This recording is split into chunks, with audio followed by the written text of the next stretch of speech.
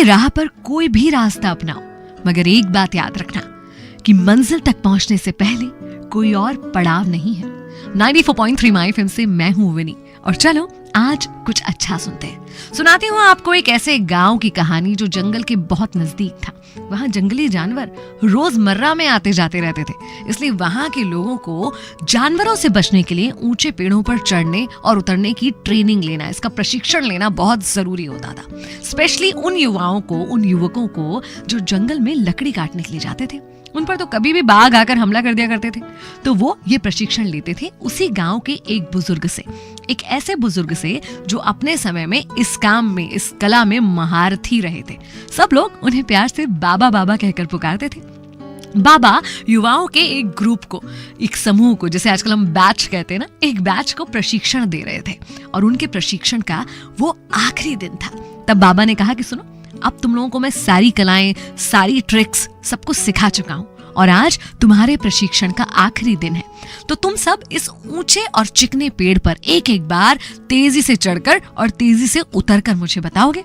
सारे युवा बहुत ही उत्साहित, बहुत एक्साइटेड, और शुरू हो गए एक एक करके। जब सबसे पहला युवा पेड़ पर चढ़ा, ऊपर तक पहुंच भी गया, और फिर जब नीचे उतरने लगा तो लगभग जब आधे रास्ते तक वो आ गया था, थोड़ा ही और नीचे आना था, तब बाबा ने कहा, अरे संभल कर, सावधान, कोई जल्दी नहीं है, आराम से उतरो।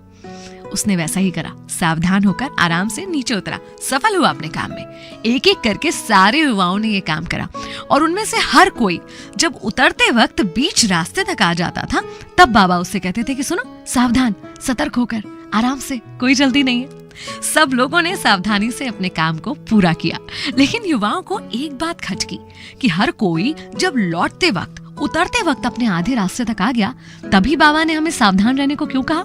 एक युवक ने बाबा से पूछ ही लिया कि बाबा ऐसा क्यों, जबकि पेड़ पे चढ़ने और उतरने में सबसे कठिन हिस्सा जो था वो इस पेड़ की सबसे ऊपरी शाखा थी, जिस पर चढ़ना और जिससे उतरना दोनों ही कठिन था। तब तो आपने हमें सावधान रहने को नहीं कहा। फिर नीचे जब लगभग हम जमीन तक आ चुके थे, उसके थोड़ा पहले आपने ऐसा क्यों कहा। बाबा ने कहा कि देखो, वो हिस्सा कठिन है, ये तुम भी जानते हो और मैं भी जानता हूँ, और इस वजह से वहां पर अपने आप सब सतर्क हो जाते हैं। लेकिन हमारी सतर्कता और सावधानी तब छूट जाती है जब हम अपनी मंजिल के लगभग नजदीक आ जाते हैं। नजदीक आकर हमें ऐसा लगता है कि बस हम जो करना था वो कर चुके हैं, हम तो मंजिल तक लगभग आ चुके हैं। लेकिन याद रखिए कि लगभग मंजिल तक आ जाने में और एक्चुअली मंजिल तक आ जाने में फर्क होता है।